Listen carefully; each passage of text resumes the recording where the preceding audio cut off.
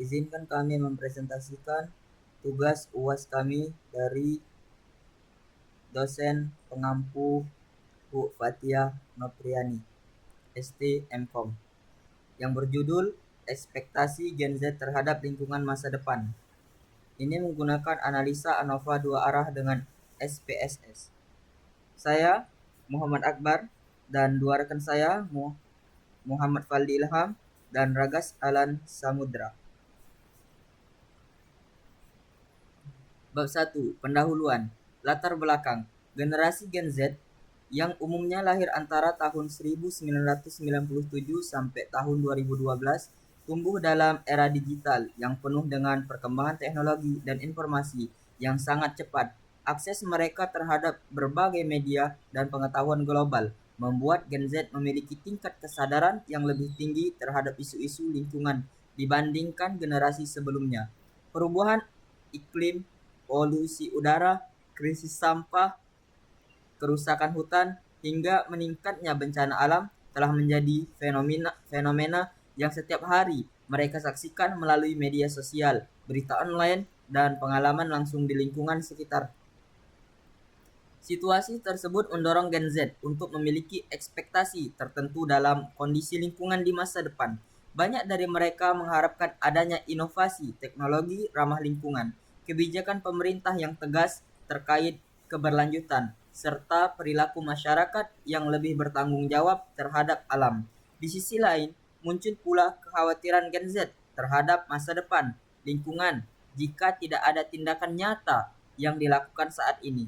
Berbagai survei global menunjukkan bahwa kelompok ini memiliki kepedulian tinggi terhadap keberlanjutan dan cenderung mendorong gaya hidup yang lebih eco-friendly. Dengan melihat peran penting Gen Z sebagai generasi penerus yang akan memimpin perusahaan sosial ekonomi dan politik di masa mendatang, penting untuk meneliti harapan, persepsi, dan ekspektasi mereka terhadap lingkungan masa depan. Pemahaman ini diharapkan dapat menjadi dasar bagi pemerintah, lembaga pendidikan, dan organisasi lingkungan dalam merumuskan program yang lebih sesuai dengan aspirasi mereka. Nah, adapun setelah latar belakang kami mendapatkan rumusan masalah. Yang pertama yaitu apakah terdapat perbedaan produktivitas kerja berdasarkan jenis kelamin? Yang kedua, apakah terdapat perbedaan produktivitas kerja berdasarkan usia? Dan yang ketiga, apakah terdapat interaksi jenis kelamin dan kelompok usia terhadap produktivitas dunia kerja? Nah, adapun juga tujuan penelitian yang kami lakukan, yang pertama yaitu mengetahui ekspektasi Gen Z terhadap kondisi lingkungan masa depan. Yang kedua, menganalisis faktor-faktor yang membentuk ekspektasi tersebut, baik dari aspek informasi, pengalaman, maupun lingkungan sosial. Dan yang terakhir, yang ketiga, mengidentifikasi tingkat optimisme atau kekhawatiran Gen Z terhadap perubahan lingkungan. Nah, lanjut ke bab 2, metode penelitian. Desain penelitian. Penelitian ini menggunakan pendekatan kuantitatif karena data yang dikumpulkan berupa angka dari hasil kuesioner dan dianalisis dengan teknik statistik. Jenis penelitian yang digunakan adalah eksplanatif atau komparatif, yaitu penelitian yang bertujuan menjelaskan ada tidaknya perbedaan atau pengaruh antar kelompok responden terhadap variabel yang diteliti. Metode pengumpulan data dilakukan melalui survei menggunakan kuesioner online atau Google Form. Instrumen penelitian terbentuk pernyataan dengan skala Likert 1 sampai 5. 1 sangat tidak setuju sampai 5 yaitu sangat setuju. Variabel dependen Y dalam penelitian ini adalah produktivitas mahasiswa atau pelajar yang diukur melalui item pernyataan. Saya merasa produktif dan mampu menyelesaikan dengan baik. Variabel independen terdiri dari dua faktor, yaitu jenis kelamin X1 dengan dua kategori, laki-laki dan perempuan, serta kelompok usia X2 yang dibagi menjadi tiga kategori umur, Pembagian usia menjadi 3 kelompok dilakukan agar sesuai dengan syarat analisis faktor dalam ANOVA dan untuk memenuhi ketentuan tugas bahwa salah satu X memiliki 3 kelompok. Analisis data menggunakan ANOVA dua arah, two-way ANOVA, dengan bantuan SPSS. Two-way ANOVA dipilih karena penelitian ini ingin melihat: 1. Pengaruh utama jenis kelamin terhadap produktivitas. 2. Pengaruh utama kelompok usia terhadap produktivitas. Serta yang ketiga, ada tidaknya interaksi antara jenis kelamin dan kelompok usia dalam memenuhi produktivitas mahasiswa. Dengan desain ini, penelitian dapat memberikan gambaran perbedaan produktivitas berdasarkan karakteristik responden secara lebih menyeluruh. Nah, terkait responden. Responden dalam penelitian ini berjumlah 102 orang mahasiswa atau pelajar yang mengisi kuesioner melalui Google Form. Karakteristik responden yang digunakan sebagai variabel independen adalah jenis kelamin dan usia. Distribusi responden berdasarkan jenis kelamin terdiri dari laki-laki 67% dan perempuan 33%. Boleh dilihat gambar distribusi responden berdasarkan jenis kelaminnya ini. Usia responden berada pada rentang usia segitulah kira-kira. Untuk keperluan analisis, sebelumnya kami mohon maaf karena ada gangguan sedikit. Lanjut, usia responden berada pada rentang usia sekitar kira-kira dari 12 tahun sampai 22 tahun atau 20 tahun lah kira-kira. Untuk keperluan analisis ANOVA dua arah serta memenuhi ketentuan 3 kelompok pada variabel X, usia dikategorikan menjadi 3 kelompok, yaitu 18 ke bawah tahun, 19 sampai 20 tahun, dan 21 tahun ke atas. Ringkasan distribusi jenis kelamin dan usia responden disajikan pada gambar berikut ini. Boleh dilihat gambar yang kedua, distribusi responden berdasarkan umur. Variabel penelitian.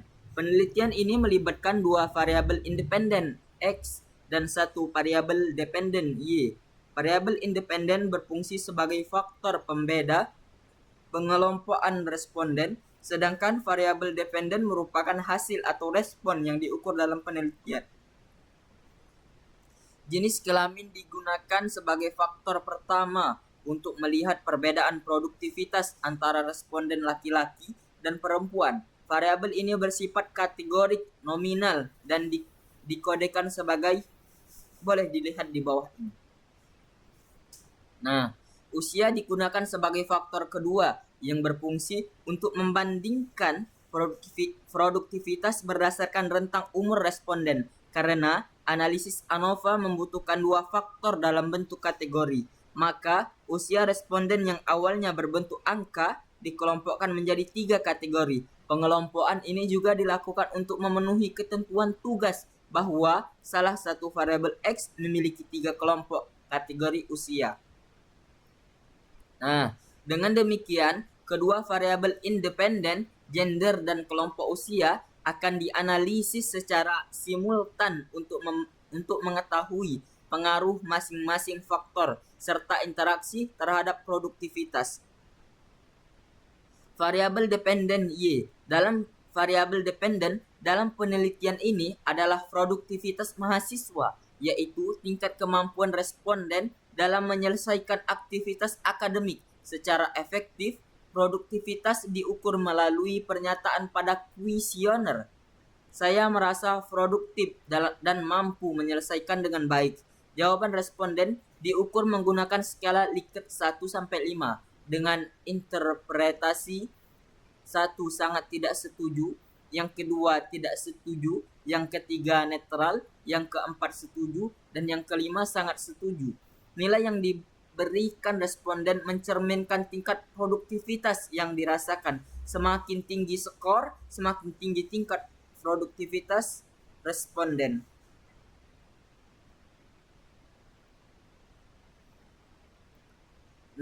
Lanjut ke instrumen penelitian. Instrumen yang digunakan adalah kuesioner online Google Form dengan skala Likert 1 sampai 5. Skala yang digunakan tadi sudah kami sebutkan. Nah, yang kedua, teknik analisis data. Analisis data dilakukan menggunakan ANOVA dua arah, dua-way ANOVA dengan langkah yang pertama import dan dari Excel CSV ke SPSS. Yang kedua, record gender menjadi numerik. Yang ketiga, rekod usia menjadi 3 kelompok. Yang keempat, menjalankan GLM Unified Full Factorial. Yang kelima, membaca output descriptive 11 tabel ANOVA dan pairwise covariance. Nah, sekarang lanjut ke bab 3, hasil dan pembahasan. Descriptive statistik. Dari hasil descriptive statistik untuk variabel Y1, waktu kerja cukup. Rata-rata keseluruhan responden ada di angka 2,96 dengan standar deviasi 0,974. Artinya, secara umum, responden cenderung netral sampai agak setuju bahwa mereka punya waktu kerja yang cukup setiap hari.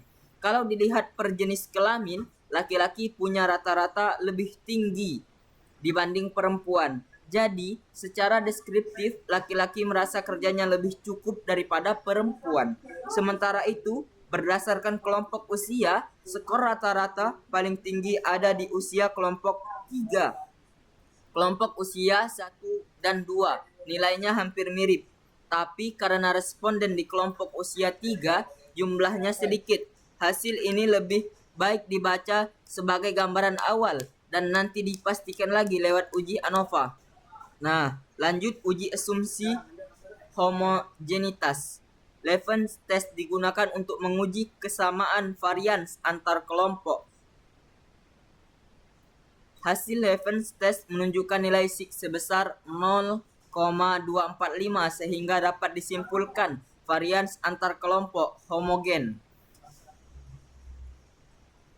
Karena nilai sig 0,245, maka dapat disimpulkan bahwa varians data antar kelompok homogen, artinya syarat homogenis terpenuhi. Jadi analisis ANOVA dua arah bisa dilakukan atau bisa dilanjutkan.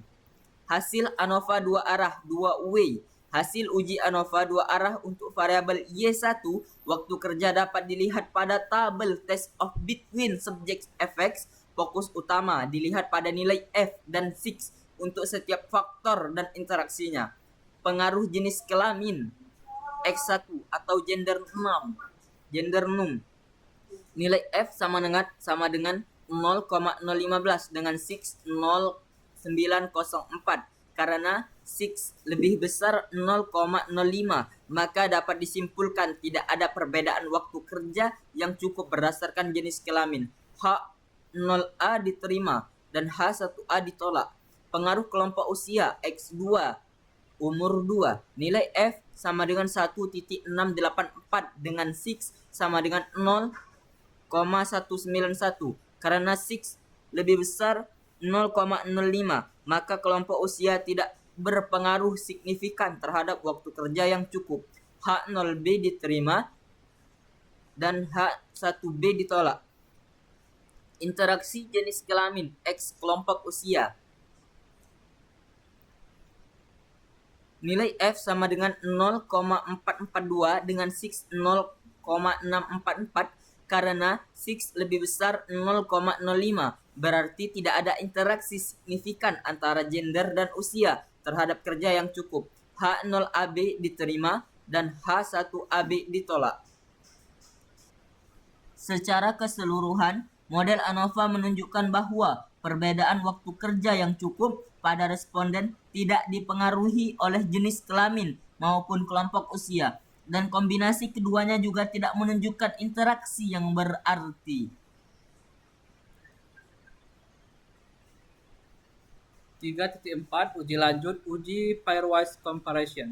Uji pairwise comparison dilakukan untuk melihat perbedaan rata-rata antar kelompok Pada faktor yang diuji pada output ini, perbandingan dilakukan untuk jenis kelamin.